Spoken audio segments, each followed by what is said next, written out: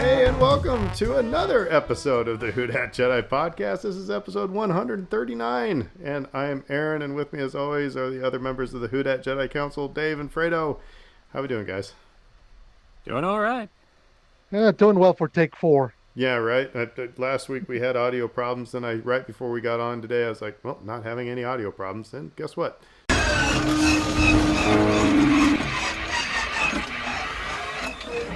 Start having audio problems. So, Mercury must be in microwave or something like that. I don't know what the hell. But anyway, how's everybody's week? Dave, you're excited because Tulane is going to, well, I guess, Fredo, you have Tulane connections as well. Tangential. Economic. Tulane's going to the Cotton Bowl, and then Kansas State is going to the Sugar Bowl. So Dave's football life, only if the Saints didn't that's what it is. The Saints sacrificed everything so you could have good college football, right? That's what happened. I believe so. Yes, that's usually how that works, right? There's always this balance where teams that you root for, it always seems like one is awful and one is good. That's just how it is. And then you got the Pelicans. That's what I was just going to say. Britt actually said the other day, she goes, thank God for the Pelicans, because that's the only sports joy that she's, getting right now. And man, they're awesome. They're playing solid. Number one in the West. Yep. First place. Yep. And all the people who are they think, well, Brandon Ingram's not playing, so it's not going to be good for him. Bench shows up, Zion's out. Bench shows up, CJ's out. Bench shows up. It's a hot team. So we're going to the game tomorrow night, so it'll be fun. Oh, that's awesome! Yeah, you'll have fun. I like the end of last year to me proved to beyond any doubt that the bench was solid. Yeah. Because they were doing that towards the end of the last year without Zion, and guys were dinged up and it was just sort of these unsung guys off the bench that were performing really, really well. And I was like, if there's no drop-off there and we're adding in the draft, this is one of the deepest teams in the league. And it's turning out to be that way. And I think the NBA is starting to clue into that at large. You see guys like Jose Alvarado that undrafted and played in the G League, and then comes and he just scored 38 points the other night. So anyway, Pelicans are doing sweet. They're saving everybody's good sporting landscape in New Orleans for this fall, which it's greatly appreciated. And we could have the number one team in the West and the number one draft pick next year. It'd be nice. There you go. And Fredo, you said you were on Tulane campus and were feeling kind of old today, huh? Yeah. It's kind of like we decided to. It never. I don't know. It's like anytime now anybody calls me sir, I just want to kick him in the knee. I know you're being polite and everything, but I'm like, sir, what? So, but yeah, you said going on college campus is hello, fellow young kids, or whatever it is. Very much so, yeah. I mean, we just took a little sojourn up there. It was a quiet day, so we're like, hey, let's go have lunch, walk around campus, take a look at all the construction that they're doing, visit the bookstore. So, but yeah, it was very much, oh, geez, yeah, probably old now. It's like you're like, when you go to the food court, and they're charging you $3 for a Coke. That's right. And you're like, so I said in our group message, I ain't paying no 50 cents for no Coke. Hey, you ain't getting no Coke. No Coke. But yeah, you're even that reference they wouldn't get. They wouldn't get today. No. That reference would go right over their heads. You're walking by and everybody's going, narc, narc. So, well, anyway, all right. Well, yeah. So tonight we're going to be talking about Tales of the Jedi. We put this off for a while because Andor showed up. But yeah, we're going to, like I said, run down what we thought about Tales of the Jedi, and we got some news as well. But first, let's do some trivia. Sophie came into the room for trivia, so Um, all right. Oh, okay. Dave, what Hutt lost Anakin and Shmi Skywalker to Watto in a pod race bet? Oh no. Um, was it Gardula the Hut? It was Gardula the Hutt, yes. Oh man, yeah, Nice. that was a deep pull right there. Only, Very. yeah, by the way, that I will say this that I like the Clone Wars, but there's two things that I really didn't like about the Clone Wars. One was Darth Maul spider legs, um, and number two was Zero the Hutt, the one who sounded like he was from Bayou LaForce, Louisiana, and just like I said, sound like the Water Boy or something. It's just I didn't like that character at all. But anyway, He sounded like he should have been in the Showbiz Pizza band or something. It was just like what is going on here? It doesn't fit. but seriously, it's like who says what his voice should be? It should sound like the most stereotypical Cajun, South. it was just bad. All right, sorry, I digress. Fredo, what's the first beast in the Geonosian execution arena to die? This is a tough one. What's the first beast in the Geonosian execution arena to die? I have to think about this. Yeah, is it the? See, I can't even think of the names right now. So, is it the big cat? See, and I was thinking, did the big cat even die? Yeah, that's what I'm trying to think. Yeah, the Like big I cat remember. got horned by the rhino So yes, critter. you're correct though. It is the Nexu.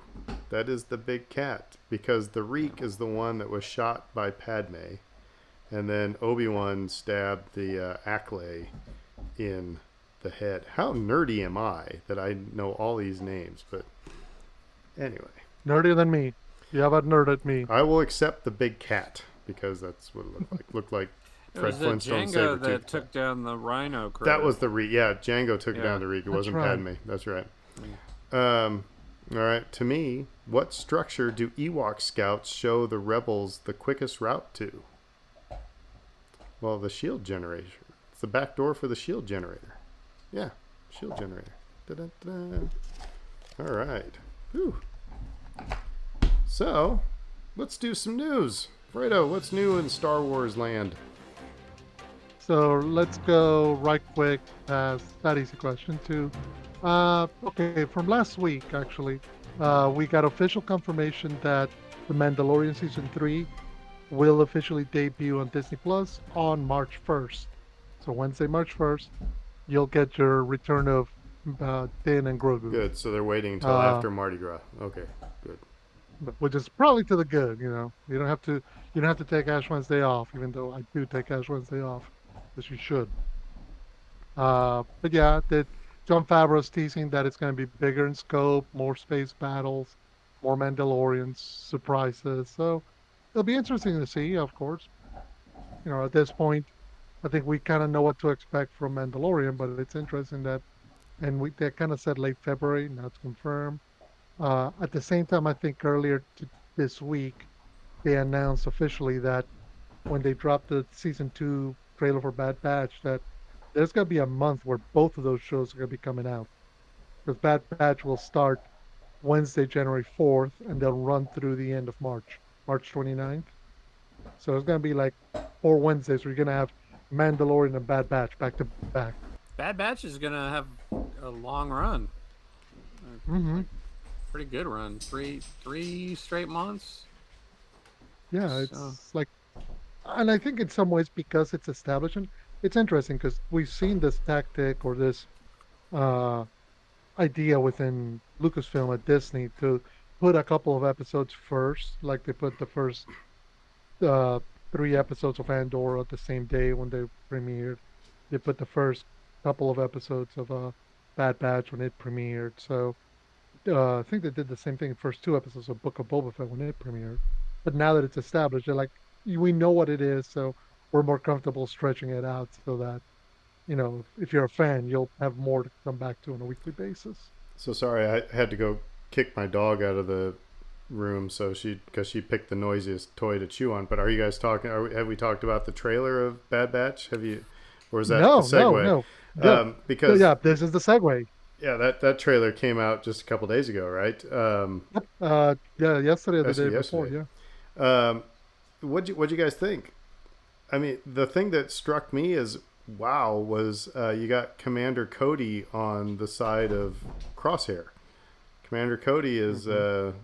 I mean, of course I mean, he did shoot at Obi-Wan, so I mean he's on the side of the Empire, I suppose. Um, but it makes you wonder. And then Rex, of course, makes an appearance in the trailer as well. So I wonder if there will be some sort of kind of side story of Cody and Rex because they were so close. And I don't know. Do we get kind of a redemption, get him away, get his chip out, and get him away from the Empire? Yeah. It's gonna be interesting because I mean, first of all, the trailer looks great. There's a lot of combination of computer generated art. A lot of the backgrounds look like they were hand drawn. I love when you can combine stuff like that. It seems like there's a bigger deal being made as to what happens to the clones post the Clone Wars, meaning there's all this army. I mean, and they're coming at it just right after the Clone War, but we know that by the time we get to Andor, the clones are pretty much non-existent as a force for the Empire. They moved on to stormtroopers, and so it's going to be interesting to see if they start tackling more about what ends up happening to the clones. How does the Empire deal with them, and how do they start, slowly kind of finding their own way through the galaxy? So, but I thought it was good. It's going to be fun. Got like a little bit of a neutral party double agent sort of vibe from Crosshair in the trailer, where he might be playing both sides a little bit, um, kind of keeping his options open. I don't know, which would be kind of a cool direction to take his character because when we left off with him, he didn't he'd softened his stance a little bit. He wasn't hell bent on killing them all when we left him off um, at the end of season one.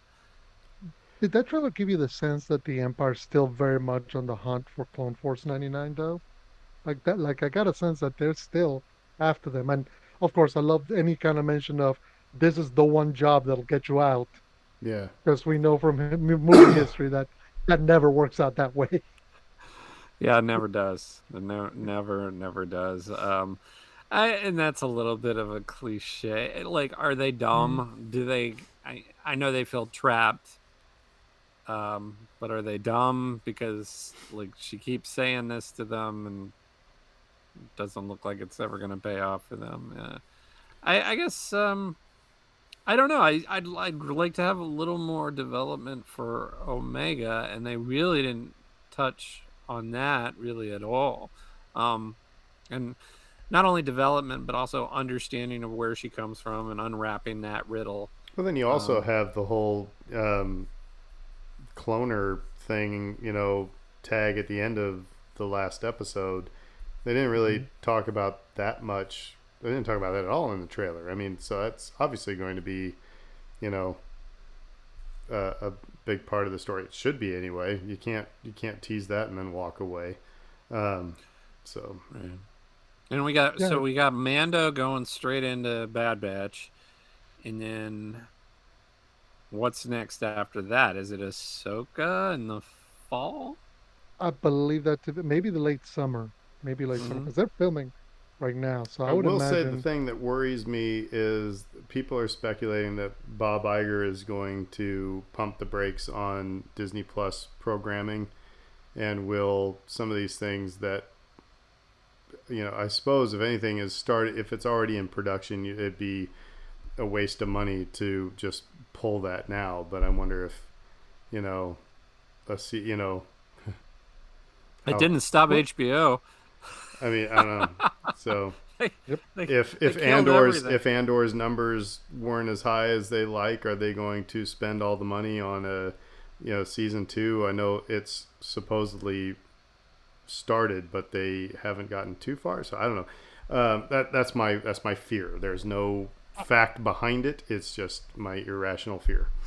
I mean, just you just saw this week how James Gunn and his partner, who are working as the new heads of DC at Warner Brothers, basically just said we're done with every property that basically everything but the Batman got canceled. So, Patty Jenkins, thank you so much. You're not making Wonder Woman 3. Uh, Aquaman 2, that'll be the last one. We're not making that Man of Steel sequel that everybody was talking about a few months ago. No, that Black Adam sequel that The Rock wanted, not happening. So you can't. I mean, sometimes this is why you bring when new people come on board. They're like, we are not beholden to the former regime's quarterback. We don't do that. So there is a sense that maybe Bob Iger coming back might go and say, wait a minute, we didn't buy Star Wars just to make nice TV shows for our 12.99, 14.99 a month service. We want more than just that. So but speaking of TV shows, I'll transition right quick because today we actually had some leaks from The Acolyte. This was revealed, apparently, set photos leaked that's filming in London. So the Daily Mail had these on there, and you have some pictures, including Lee Jung Jae in Jedi robes. There's a couple of pictures of Daphne Keene as a character. So they're all kind of like the various characters dressed as Jedi, as Padawans. There's I a will Wookiee. I will Hmm. say this, that and by the way, let's go back to Bad Batch to see Hmm. Gunji do the Force to grab his lightsaber and go all, yeah, I can't wait to see that, but he better live. Anyway, but this one, I will say that it was funny because after we just got done talking about Andor yesterday or last week, and I said, how are we going to feel when we see Mandalorian? And while it was refreshing that we got a whole season of no Jedi, no Jedi. But then today, when I saw those, set photos, I was like, ooh, Jedi, because I mean, that's the way you do it. It's like, yeah, it's I was just excited to see it. And then thinking that it's in a time period that we don't know anything about. Um, So, so let me read you a couple of things right quick from the article because Daphne Keene, who's I think starting in the final season of his Dark serials for HBO, they asked her about it, and she says, this is going to be a Sith-centric show, and here's the premise, the official premise from Lucasfilm. The Acolyte is a mystery thriller that will take viewers into a galaxy of shadowy secrets and emerging dark side powers in the final days of the High Republic era. A former Padawan reunites with her Jedi Master to investigate a series of crimes, but the forces they confront are more sinister than they ever anticipated. So it appears like Amanda Stenberg, who's the lead, is going to play the former Padawan. Lee Jung Jae most likely will be her Jedi Master, and then these other cast of characters that we're seeing are they going to be allies or enemies as they go along. So even though it's a Jedi show, it's not the Jedi happy hour or the Jedi fun hour that we've gotten historically from Star Wars. It's more, it's and this is going to be a bit of a darker take. I wonder if as much crap as I've been giving Lucasfilm, just about some of their seemingly kind of bad decisions. I wonder if they've figured out. It's kind of like the cover this band we went and saw. Oh God, probably 15 years ago or something. This band came through and they were playing. They wanted to do. They wanted to make it on their own, right? They on their own songs and everything like that. But if you come in to a bar in Kearney, Nebraska, and play all originals, crowd's gonna leave. So what they did was they played cover, cover, cover, original, cover, cover, original, cover, cover, cover, right? Just sprinkled it in. So it was like they were like, oh, this is cool, never heard this, but you didn't lose them, and then you went to something familiar. So it's kind of like, okay, so we got Mandalorian with like all the fan servicey stuff, and then you get Andor, where it's or I mean, we got Kenobi first, but and that was fan servicey but different. It wasn't like Easter eggs all over the place. It was very prequel heavy. But then you get Andor, where it's like all new stuff, and now we're gonna go back to Mandalorian, and then Ahsoka is going to be new for a lot of people. I mean, not for the uber nerds like us, but for a lot of Star Wars fans, that's going to be new. And then we're going to go to something familiar. So maybe there's some method to their madness. A happy balance to be found. Yeah, I mean, maybe they're finding their groove, because I'm on it because, like I said, I saw those pictures today. I was like, "Ooh, Jedi!" I was ready to see Jedi. So yeah, I feel the same way. Where we were practically begging for no Jedi to appear in Andor because it just didn't seem appropriate for that story. And then, but then I'm okay with a Jedi showing up here and there in a micro dose in the same way that we saw in maybe I think Rebels, where you have a couple of Jedi, but most of the cast is not Jedi. And then I also am all in on this idea too, where it's like basically all Jedi, and we're going to learn more about the religion and some of the Yeah, because ceremony and things of that nature, and like where do they come from and why. And I'm all in on that. I want to learn more about the lore. I think that's cool.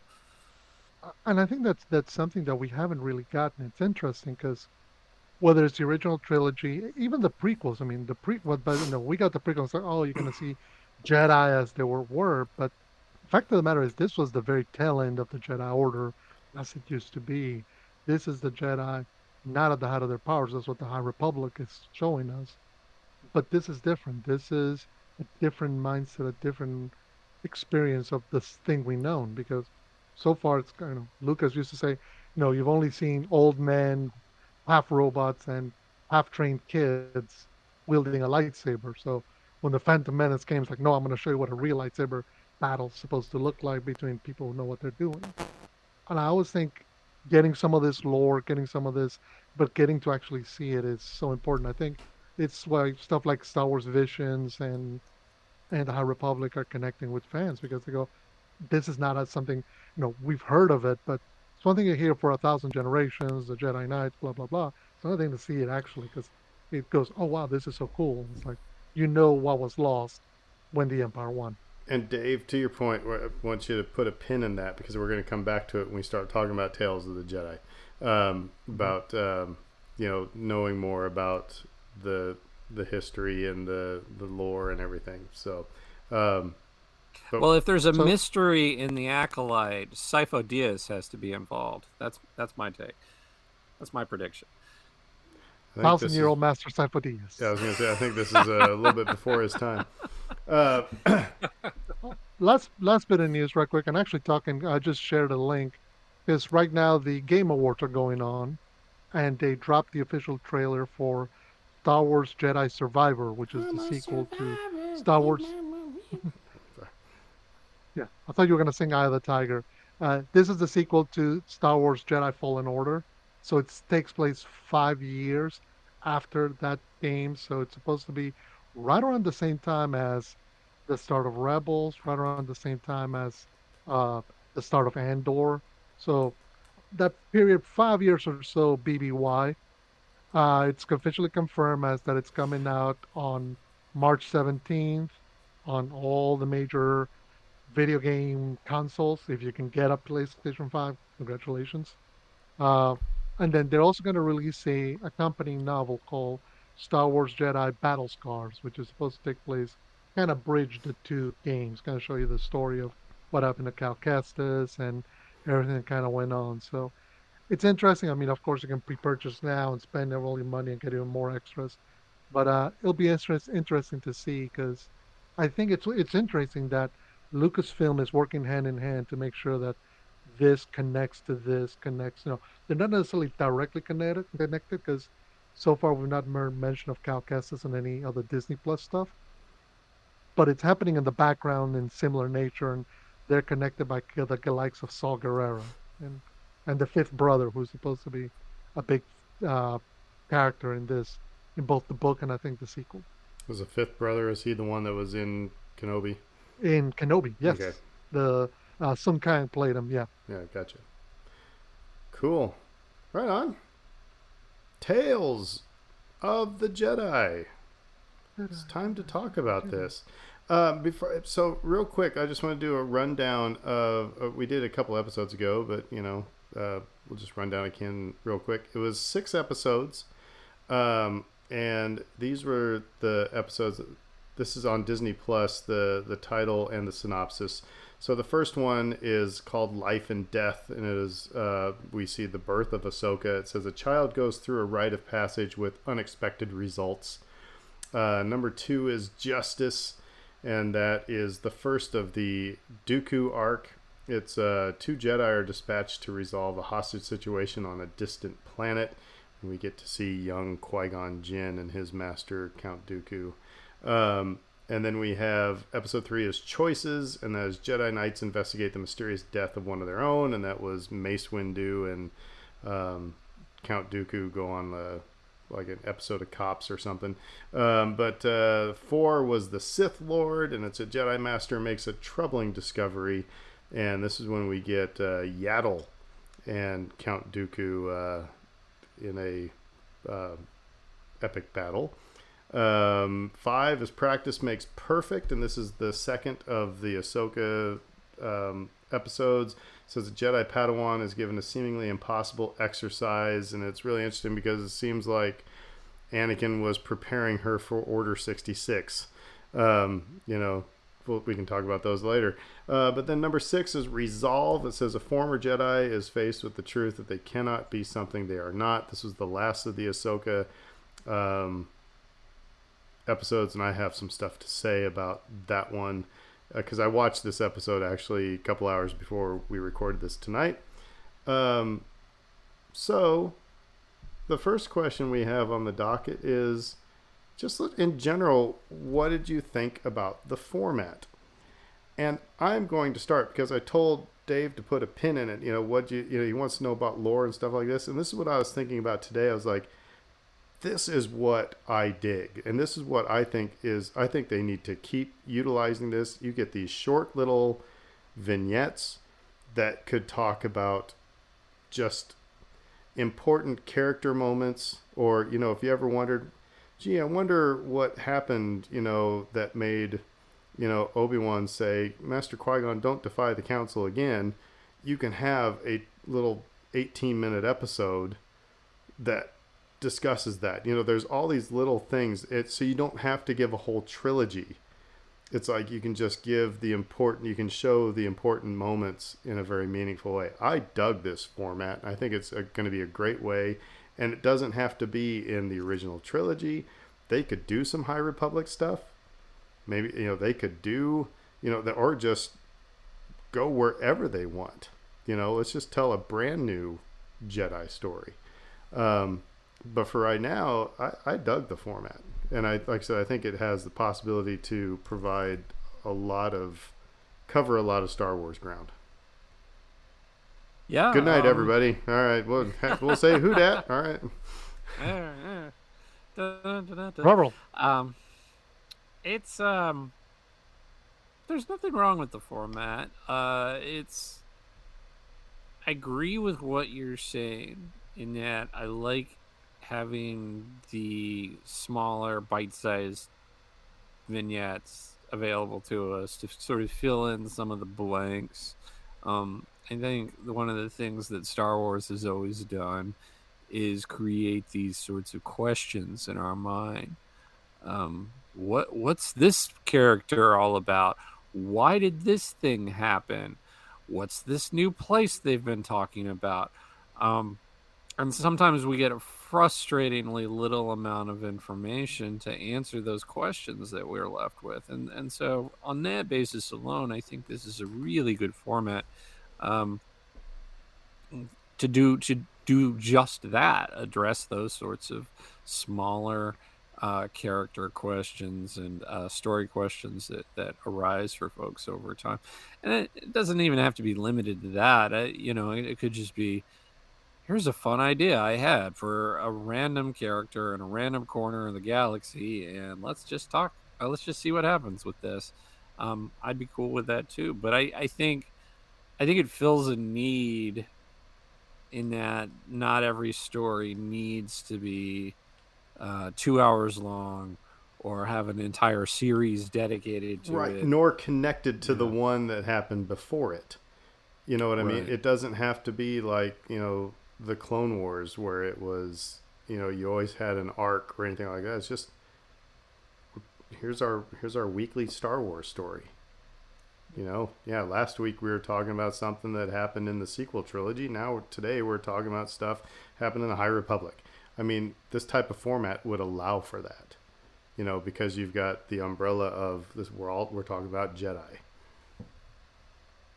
Yeah, and I think that's kind of because we saw something similar with Star Wars Visions, where you were getting these short vignettes, short story. It's a short story in visual format where you don't necessarily have to be beholding, like you and Dave have said, to a longer story arc. You can just show whether it's a mission, whether it's a battle, whether it's a moment that's key. And I think what I like about it is that because it's not more than that, it allows you to explore a wider range of things because, like you said, like Dave said, Tales of the Jedi doesn't necessarily mean Tales of the Jedi we know, the 10 or so Jedi we know.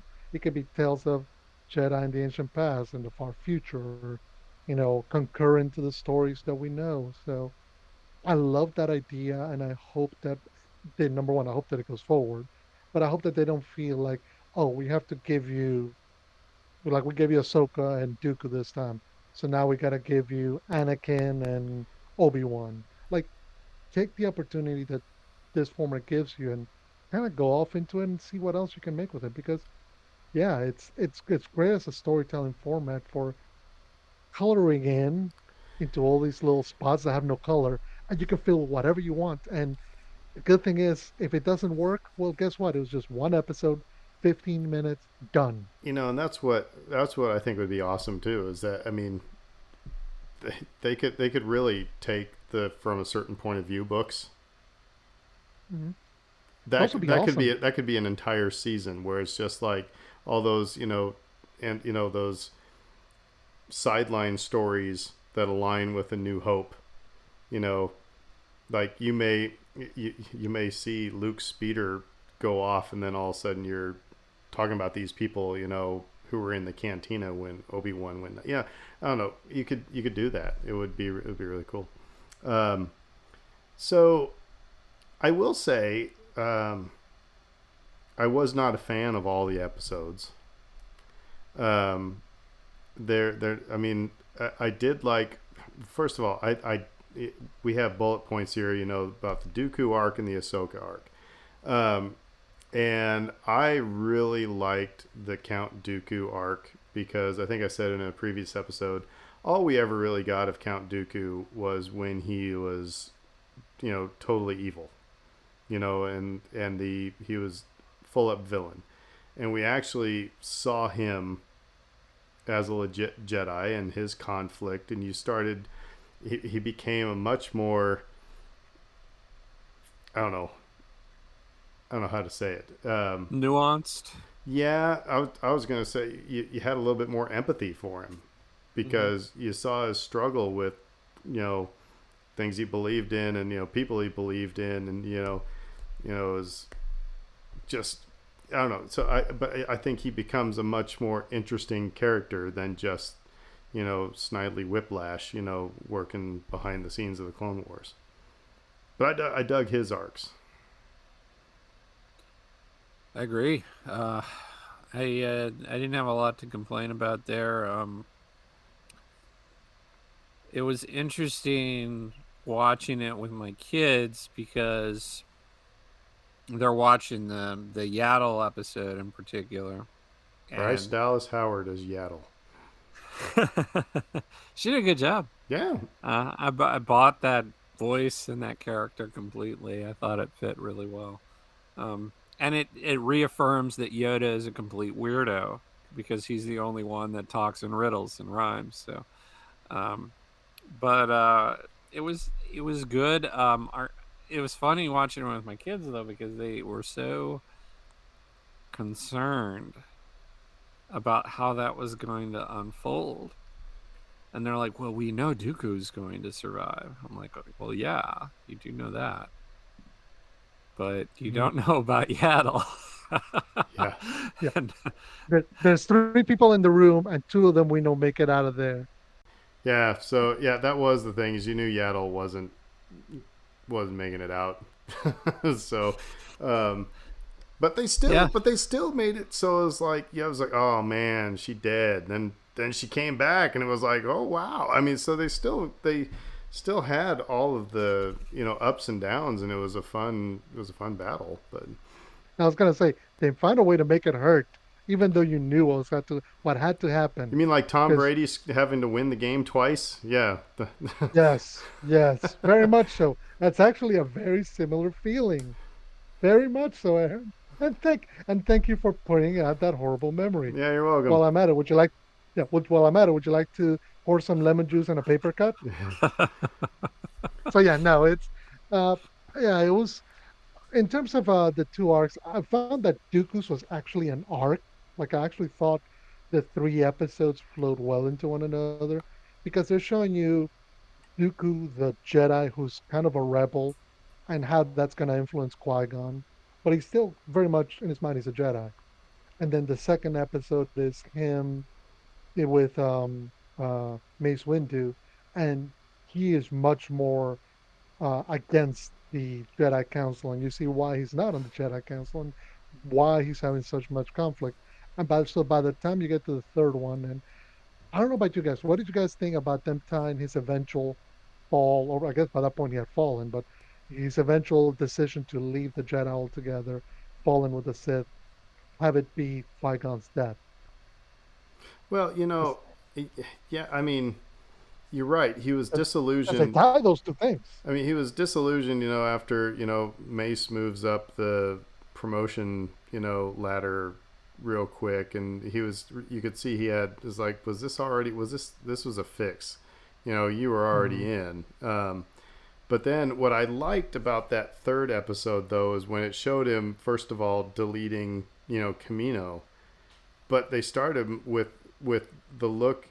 He still wasn't 100% in. There was guilt, there was, apprehension, there was Bit of shame. sadness, bit of Yeah. shame, yeah. And then, yeah, I think when he was he was now, it was like, screw this mess, after Qui-Gon's death.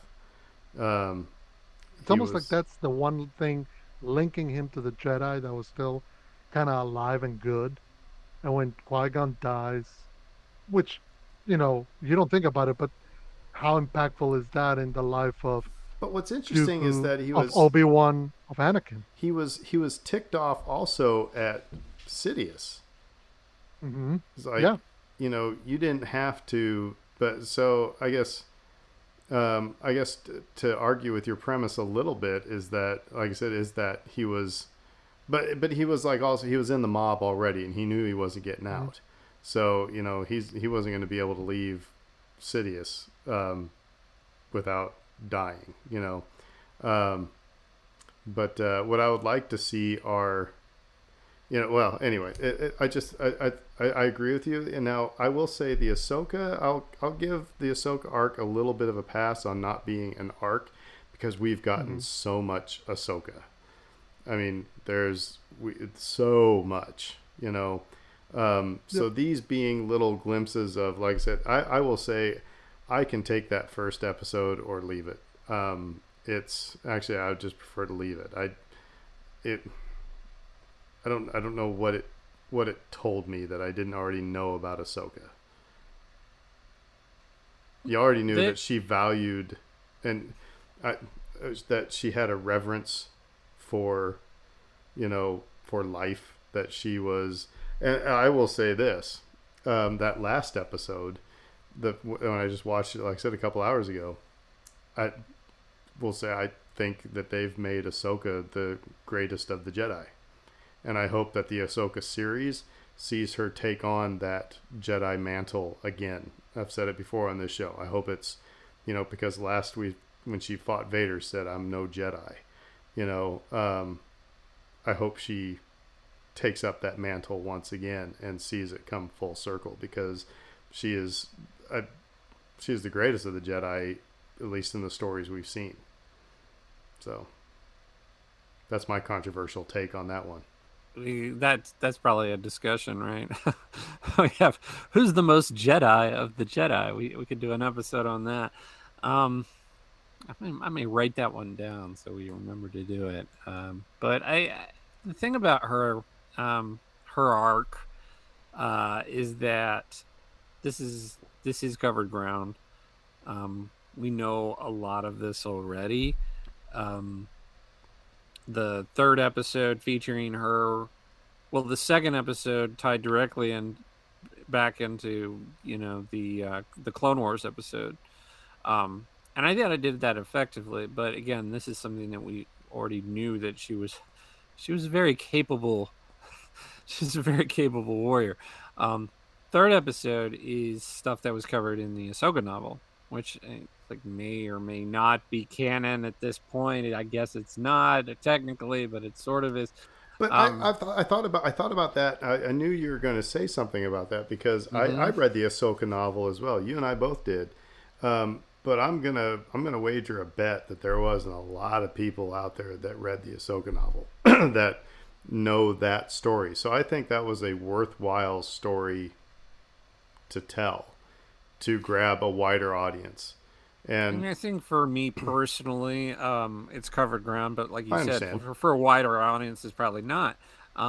That said, it made sense as a one-off in the format that they made it, because this is the format that they used for Dooku. I think it was a 3-part story, the first part, the second part, the third part. And so for her, for the third part, it made sense to draw from that material, I think.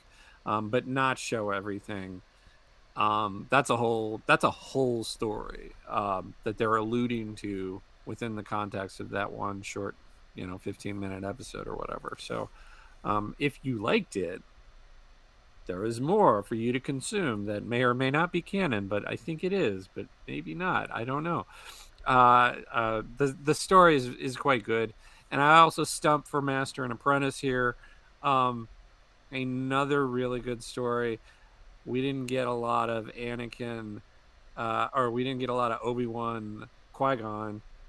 And in fact, we didn't get any here, but we got Qui-Gon Dooku. And that really informed the next relationship. And I really like what they did with that, because Obi-Wan is my favorite character, or at least one of my favorite characters, and it gives him so much more depth and balance, that story does, and it shows you so much more about Qui-Gon and how and why they're reacting to one another in the way that they are in Phantom Menace. I think it would fit in really well for people along with this. Did you find it odd that the first time that Dooku and Obi-Wan meet is apparently on Geonosis? Well, he alluded to that in the dialogue in Attack of the Clones, and so that's why they felt like they were beholden to that. I'm sure that just was something weird. It's I mean, you would, I don't know. It seems like if it was it's I don't know everybody, in the company that I work for, but I certainly know and have interacted with my product manager's boss. You know what I mean? It's and we're not talking about the Jedi Order is not everybody's hanging out on Coruscant and Temple. I mean, you're gonna, and don't you think that it would be hey Dave, this is my new student Fredo. What do you guys meet each other? Dave was my teacher. It's don't you think that it was? I don't know. That was just one of those things that I just found was weird.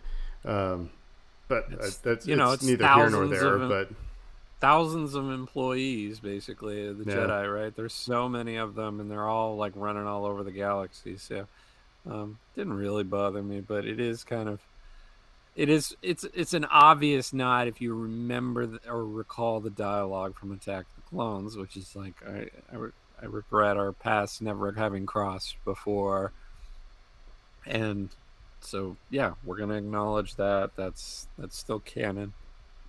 There's that word Yeah, and again. well, and and just because, I mean, who knows? He might have seen Obi-Wan and Qui-Gon from a distance.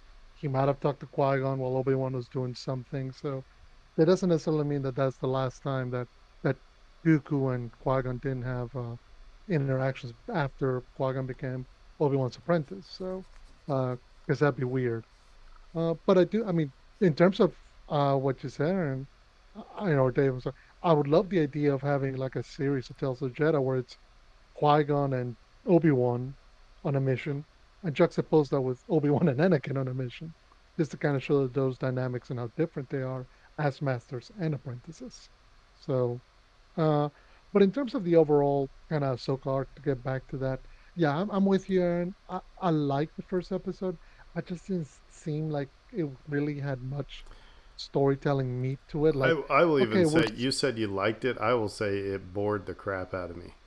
I I mean, mean, I liked it for what it was, but I'm also, when you compare it to the strength of the other episodes, it definitely is the weakest of the six, because it's not telling us anything we don't know. Okay, so Ahsoka has a deep connection to the Force, to nature. We know this. She wouldn't have been at the Jedi Temple otherwise. For a moment there, I did think we were gonna see the moment where she ends up with Plo Koon for a moment, and I was like, I guess we didn't get that. So I was surprised by that, though. But as for the other episodes, I thought Ahsoka's, you know, again, I love the idea of showing how different of a master Anakin is to Ahsoka, because I don't think Obi-Wan would have been pushing Anakin the way that Anakin was pushing Ahsoka. Now, this is due to the fact that they are in war. She has to be more battle ready. But I also think it's part of the nature of how Anakin pushes himself and therefore pushes everybody around him. So he's being gifted, he's been presented with the opportunity to be a master, and he's going to be a master his way. Whereas I think Obi-Wan would have been less direct or forceful, or at least less painful with his Padawan. so I have a question. I need to know where I missed something. Because when Bail Organa is talking to Ahsoka in that last episode at Padme's funeral, Mhm. um, he says there's nothing you could have done for her, or like basically you couldn't do anything for her, and he says neither of them. He's Mhm. obviously referencing Anakin. Yes. What does anybody think happened to Anakin? Because she doesn't know that he's Darth Vader. I mean, and seemingly Obi-Wan doesn't know that Ahsoka is alive. And he and Yoda are really the only ones who know that Anakin is Darth Vader because they saw the security footage. So I, what I, does what okay, so my question is again is like what does she think has happened to Anakin? Did, I, do they think he got gunned down in Order 66? I don't necessarily know that she thinks that. I know for a fact that, well, not know for a fact, but because consider the timeline. The Padme's funeral comes after the twins have been separated, comes after everything happens in Mustafar. You have to imagine that Obi-Wan and Yoda, while discussing the separation of the twins with Bail, did mention that these are the son and daughter of Padme and Anakin. Whether or not they share with even if he had said, Well, they you did know, say that. That was in Revenge of the Sith, but they still right. don't. I mean, I don't but necessarily know again, that, but that they again, told them. in no, I mean they because they're talking about. I mean, in Revenge of the Sith, they're all sitting around the table, and that's and Mhm. he says, "I'll take the boy to." But what I'm saying though His is uncle. that none of them know that only Bale finds out later that Ahsoka is alive. He finds I, out at the funeral. So, mhm. but again, Ahsoka in Rebels hasn't put two and two together that Anakin is Darth Vader No, until deep into Rebels. So again, I'm wondering. He says to her, "There's nothing you could have done for her for either of them." What is the implication? What does she thinks has happened to Anakin? Both dead. Dead. He's dead. She's dead. That's the I think that's the public, quote unquote, public story. The story that has been circulated in the press is All that the Jedi are dead at Order 66. Anakin is dead. Okay. Like literally that he is dead, and they allude to that in some of the Vader content. I think. I'm trying to recall if that was in Obi-Wan. Um, it might have been in Obi-Wan where they talked a little bit about how everyone just like Moses Ingram's character might have referenced that, like knowing who he really was, even though she shouldn't have known who he really was, and because everyone else thought he was dead. There was something going on with that dialogue that implied as much, and so yeah, I mean everybody thinks he's dead, and so Bale thinks he's dead, and there you go. Because even if he knew that Anakin fell to the dark side and became Darth Vader, there is no purpose in him. First of all, Darth Vader hasn't appeared on the scene at that moment that he's sharing this with Ahsoka. At that moment, Darth Vader is dead, i.e., he's getting rebuilt by the Emperor in his labs in Coruscant. So he's not going to make his grand appearance until after Bale sees, after Ahsoka's gone and Bale sees him for in the armor. So even if he knows that that's Anakin, there is no way he's ever going to admit to that to anybody, because that's a death sentence. So I don't think at the moment when he's talking to Ahsoka, the belief is Padme died, Anakin died. Don't carry this guilt, because realistically, there's nothing you could have done. It just struck me. It just struck me as odd. It's just yeah. So. I'm coming at it too from a perspective of reading the Thrawn novels, and there's a really fun interplay between Thrawn and Vader that goes on in those novels, where Thrawn is constantly bringing up Anakin Skywalker because he knows, like he's figured it out because he's that smart. He's the kind of guy who would figure it out, and he figured it out. And Vader's like, it's too bad he's dead or whatever. And it's just a constant recurring theme. So I think it's very much the public story that he's dead. So we all said that we. I want to go back to the Dooku arc here for a second because. Did it help you though? I said it made him a more, like Dave, you said, a nuanced character. I still don't think that Star Wars has nailed what would cause somebody to join the dark side of the Force. I mean, because again, it just seems like weak sauce of, I got turned down for a promotion, or this dude got promoted before me, so I'm mad, and so I'm gonna go join the mob. I mean, it's like you go and you find another job. You quit the company, you go find another job. You don't take up a life of crime. I mean, it seems like they haven't nailed the downward spiral for somebody to become to join the dark side. What do you guys think? I don't know. Yes and no, and it's kind of fun to watch. This has become. I don't know if Star Wars. This is a story that predates Star Wars, so it's not just a Star Wars thing. But you see it in media all over the dang place now, where it's like, okay, are they going to go, quote unquote, down the dark path, or are they not? And this is sort of the dilemma that people face in storytelling, and it's a very dual-minded sort of approach to things, where it's like you're going to become a good guy or you're going to become a bad guy, and the tension in the story centers around, will he or won't he will she or won't she? And so, has it been done better elsewhere? Maybe, and I can think of a couple of examples off the top of my head.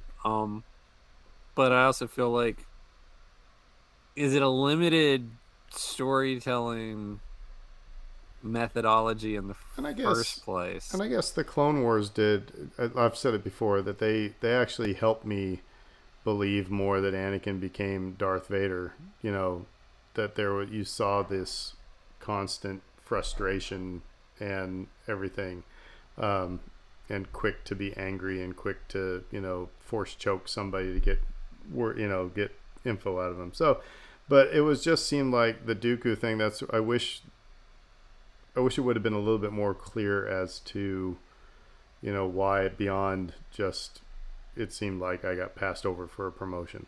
But I think no, because I think what's interesting is because we see it in the first episode. It's something, and what I'm connecting here with both Dooku's that first episode as well as with Anakin's story arc in Clone Wars is that in some ways that need to be in control, that desire to want to fix things their way. Dooku shows up at that place and he's instantly like trying sussing out, okay, this is how we solve this, which is very much Anakin's way, the quick path, the easy path. And this is one of those things that Yoda's always teaching, through whenever he's appearing. Like, no, and don't wouldn't do that that be a because very yeah. But I guess what I'm trying to say is it's showing us that the temptation to say, I have the answer and I will fix it and just get behind me and we'll get this resolved is inherently within everybody. And the problem is Dooku has it in him, Anakin has it in him, even Obi-Wan to a certain degree has it in him. And it's just his constant training and minding of no, I can't just overstep my boundaries just try to solve other people's problems. Uh, so in some ways, uh, Dooku had that in him, and every time the Jedi Council in their hubris failed in his eyes, he just kept pushing him darker, further and further down the path yeah. to the dark side.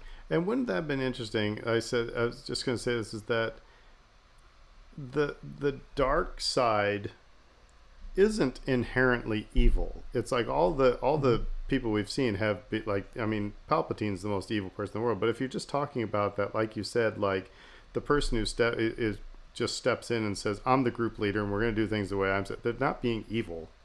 They're being controlling. They're asserting their will. That's not necessarily evil. So wouldn't that be interesting to see that dark side story maybe instead? And maybe that's where I'm getting hung up. Is that because I expect the person who's going to be on the dark side that they're going to become evil, and the way they're becoming evil, the dots aren't connecting. So I guess I'm just talking myself around the tree to make myself feel better here because it's because we're the things that are the dark side, like I said, quick, easy. Take the shorter path, cut corners. Those things don't make you inherently evil or even bad. But Star Wars tells you that anybody that's on the dark side is bad and evil. So I've talked myself out of it. Never mind. No, and I was just to finish off, I just want to say, because it's something that's human. Everybody has it. There are points in your life when you're like, if we only do this, it will be solved. But the problem is that need to be in control is inherently what eventually thrust every one of those characters, Dooku, Maul, Sidious, Anakin, that need to say, I know what's best and I'm going to show you and I'm going to do it, versus recognizing it may be the best, but it's not my place to do it. As a teacher, Aaron, there's 1,000 times I'm sure you saw it. If you only did this, you would not be in this problem. But that's not really what you can do. You have to let them you're gonna get me make mistakes. You're gonna get me You have to talking let them about make some mistakes stuff. and learn, because otherwise they're never gonna. I do want to say real quick, the alarm has gone off, but I have to say this: that the Inquisitor at the end of the last episode was one of the most spooky, awesome, evil Star Wars characters to be on screen. Bathed in flames. That was so cool. I don't understand why his head deflated when it got chopped off, but that is such a cool character. bro was full of helium. Maybe, I don't know. But I like the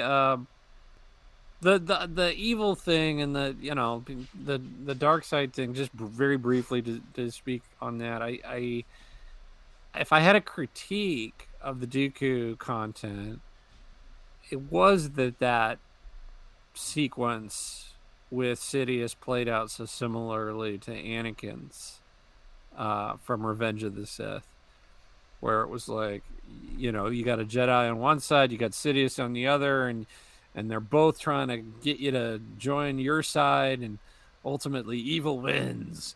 And Because good is dumb.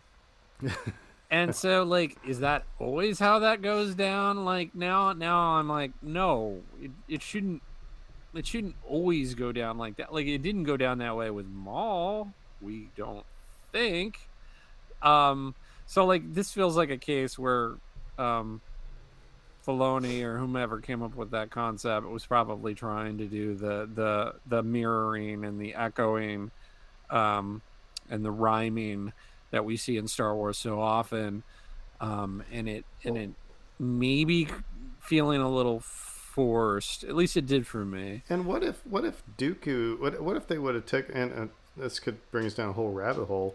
But what if it was like pure, like, blackmail manipulation that got Dooku into Sidious's corner, where it's like, I'm gonna rat you out to the Jedi Council for all these things that you've done. I know what you did here and here and here when you went against the Jedi Code and blah blah blah blah blah. It's like it's like, so he is trapped. Doesn't that make him wouldn't that make him an interesting character? And so then he does all these evil things because he's trapped, and sees no way out. I think that was where they're going with it a little bit, kind of. At least Yaddle's dialogue really addressed that elephant in the room, which was just like, everything that you've done, it's cool. Come back with me. We're going to make it right. You can make up for everything. And so, like, I thought, like, that was a really effective way to speak to a person that would be in those thoughts and caught in that way of thinking and trying to decide, well, have I gone too far? Do I not have a choice anymore? Well, it's Black Widow and Hawkeye, It seemed like the right approach to take, but it didn't work. So, just right quick, does that make Palpatine Phil Collins? He was there. He saw what you did. Saw with his own two eyes. Oh, come on. In the air tonight? 5 goes miles. With that, I think we'll wrap up this conversation. we've made a several deep cut reference tonight, yeah, so cool. Well, let us know what you think of Tales of the Jedi. I hope we get more. Yeah, next week we're just going to tease that we have a very special guest. We'll just tease that. I don't know if we want to say who our special guest is, but it's not who you probably would think that we would have, but very special guest. So tune in. Look, just download the next episode and see who we're talking to about their own geekdom. So, but with that, we will say who dat? Who dat? Who dat? Saints have a bye week. Thank God. All right, so everybody have a great week, and we'll see you all on the flip side. McConkey.